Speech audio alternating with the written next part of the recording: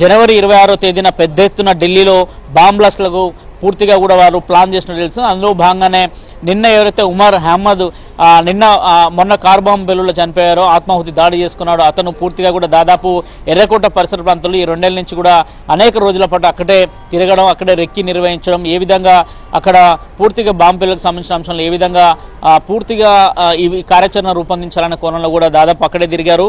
Parking అంటే car bomb పేలుడు సాయంత్రం దానికి ముందు కూడా దాదాపు 3 గంటల 50 నిమిషాలకు సైతం కూడా ఆయన అక్కడ పార్కింగ్ లో దాదాపు వాహనాన్ని పార్క్ చేశారు.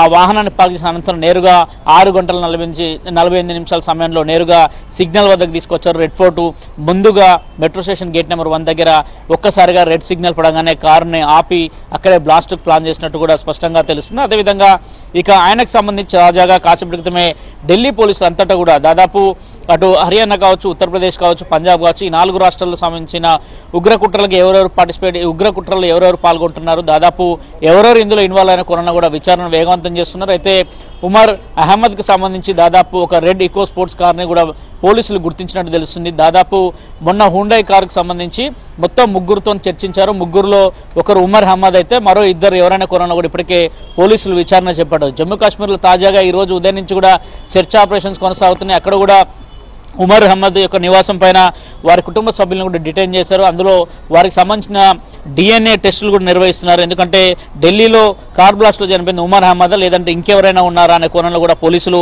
పెద్ద ఎత్తున విచారణ కొనసాగిస్తున్నారని చెప్పాల్సి ఉంటుంది. అయితే ఉమర్ అహ్మద్ సంబంధించిన eco red fort colour car మాత్రం కొంత అనుమానాస్పదంగా ఢిల్లీలోనే చక్కర్లు కొడుతూ కనిపించినట్టు కూడా సీసీటీవీ ఫుటేజ్ వచ్చింది. ఢిల్లీ పోలీసులు సైతం కూడా ఇదే అంశాన్ని పేర్కొంటున్నారు. కాసేపటి క్రితమే జమ్మూ కాశ్మీర్ డీజీపీగా ఉన్న డీజీపీ నళిని ప్రభాత్ కూడా కాసేపటి క్రితమే మియాన్ కయూమ్ అనే ఉగ్రవాదికి సంబంధించిన ఆస్తులను సైతం కూడా అటాచ్ చేయాలని కూడా ఆదేశాలు జారీ చేసిన నేపథ్యం జమ్మూ కాశ్మీర్లో అనేక ప్రాంతాల్లో కావచ్చు, పుల్వామా కావచ్చు, పహల్గాం కావచ్చు, అదేవిధంగా ఇతర ప్రాంతాల్లో పెద్ద ఎత్తున ఇటీవల పహల్గాం తర్వాత జరిగిన ఇన్సిడెంట్స్ కావచ్చు, ఢిల్లీని లక్ష్యంగా చేసుకుని మెట్రోపాలిటన్ సిటీని లక్ష్యంగా చేసుకుని ఏ విధంగా దాడులకు పాల్పడుతున్నారు, ఏ విధంగా దాడులకు ప్లాన్ చేస్తున్నారు అనేది కూడా కోణంలో కూడా విచారణను వేగవంతం చేశారు. ఇటీవల అనంతనాగ్లో దాదాపు అనంతనాగ్లో పూర్తిగా ఒక డాక్టర్ని రాతర్ అనే డాక్టర్ని మొదట అదుపులోకి తీసుకున్నారు. ఆ డాక్టర్ని ఇంట్రాగేషన్ చేసిన అనంతరమే ఫరీదాబాద్లో మరో డాక్టర్ని కూడా అదుపులోకి తీసుకున్నారు. ఒకరిని మొదలుకొని ఇంకొకరు పూర్తిగా ఒక చైన్ సిస్టమ్ ఉందని చెప్పాల్సి ఉంటుంది. దొరికిన వారిలో అందరూ కూడా డాక్టర్సే, దాదాపు మిగతా సభ్యులంతా కూడా కొంత వారికి సపోర్ట్ చేసిన వాళ్ళు ఉంటే ఇతరులంతా కూడా దాదాపు డాక్టర్స్ ఉన్నారని చెప్పాల్సి ఉంటుంది. వైట్ కాలర్ యొక్క నేరం అనేది కూడా చాలా స్పష్టంగా అర్థమవుతుంది. 18 మందిని ఇప్పటి వరకు అఫీషియల్గా పోలీసులు డిటైన్ చేశారు. వారి నుంచి అనేక సమాచారాలను కూడా సేకరిస్తున్నారు. ఈరోజు పట్నాల్లో సైతం కూడా కాన్పూర్ కావచ్చు, అదేవిధంగా ఇతర ప్రాంతాల్లో దాదాపు 9 మందిని అదుపులోకి తీసుకున్న వారిని కూడా డిటైన్ చేసి అనేక ప్రశ్నల వర్షం కురిపిస్తున్న నేపథ్యం ప్రస్తుతం కొనసాగుతుంది. మరోవైపు కేంద్ర కేబినెట్ సంబంధించి భద్రతా వ్యవహారాలకు సంబంధించిన కేబినెట్ కమిటీ సమావేశం ప్రధాని మోదీ అధ్యక్షతన కూడా ఒక సమావేశం జరుగుతుంది. ఆ సమావేశంలో కూడా ఎర్రకోట వద్ద బాంబ్ బ్లాస్ట్కు సంబంధించి దానిపైన సుదీర్ఘంగా కూడా చర్చిస్తున్నారు. ఏ విధంగా పని చేయాలి, ముఖ్యంగా ఉగ్రవాదులను దేశం నుంచి ఏరివేయాలంటే ఇటీవల ఆపరేషన్ తర్వాతకి ఇటీవల పహల్గాం ఉగ్రవాదారుల తర్వాతకి ఏ విధంగా ఆపరేషన్ చేపట్టామో అదే స్థాయిలో ఆపరేషన్ చేపట్టాలి. దేశంలో ఎక్కడ నక్కి ఉన్న ఉగ్రవాదుల్ని ఏరివేసే లక్ష్యంతోనే కేంద్ర ప్రభుత్వం అడుగులేస్తుంది. ఈ రోజు జరగబోతున్న కేబినెట్ పూర్తిగా భద్రతా వ్యవహారాల కమిటీ సమావేశంలో కూడా ఇదే అంశాలను చర్చిస్తున్నట్టు కూడా తెలుస్తుంది.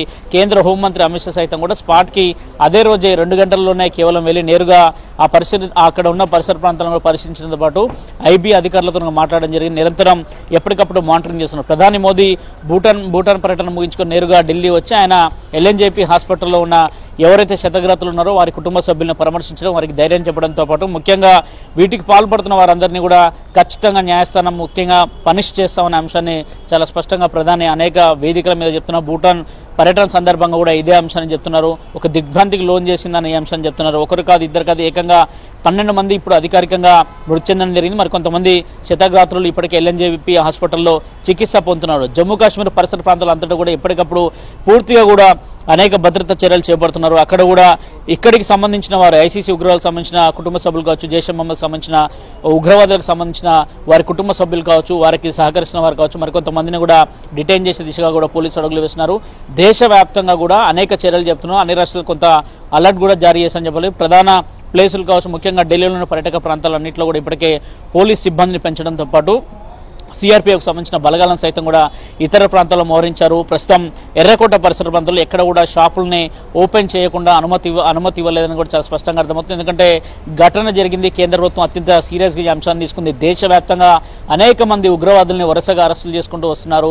ఏరివేతే లక్ష్యంగా కేంద్ర ప్రభుత్వం కొంత అడుగులు వేస్తున్నట్టు తెలుస్తుంది. అందులో భాగంగానే కేంద్ర కేబినెట్ సంబంధించి కూడా ఒక కీలక సమావేశం అయితే జరుగుతుంది. ఇప్పటి వరకు అధికారికంగా 18 మందిని అరెస్ట్ చేయడం జరిగిందని చెప్పాలి. ఒకటి ప్రధానంగా జమ్మూ కాశ్మీర్లో ఈరోజు 5గురిని అరెస్ట్ చేయడం జరిగింది. ఇప్పటివరకు ఆరిఫ్, యాసిరు, మసూద్ ఒకటి, ఇర్ఫాన్ ఒకటి, అదేవిధంగా జమీర్. ఇక వన్ ఆఫ్ షారాన్పూర్లో మాత్రం ఆదిల్ రైదర్ని అదుపులోకి తీసుకున్నారు. మరోవైపు ఫరీదాబాద్కు సంబంధించి మరో అహ్మద్ అనే డాక్టర్ని సైతం కూడా తీసుకున్నారు. ఇక షాహిన్ షాహిదా అనే మరో డాక్టర్ని కూడా అల్ఫైల్ కాలేజీకి సంబంధించిన ఓ లేడీ డాక్టర్ సైతం కూడా పోలీసులు తమ ఆధీనంలోకి తీసుకున్నారు. లక్నోకి సంబంధించి పర్వేజ్ని అనే మరో డాక్టర్ సైతం కూడా అదుపులోకి తీసుకుని దేశవ్యాప్తంగా కుట్రలకు పాల్పడిన వాళ్ళంతా కూడా డాక్టర్లు కావడం కూడా కొంత చూడాల్సిన చర్య అనొచ్చు. ఖచ్చితంగా దీనిపైన కేంద్ర ప్రభుత్వం ఎలాంటి యాక్షన్ తీసుకోబోతుందో కూడా చూడాల్సి ఉంటుంది. Naresh. Right Satish, thanks for the update.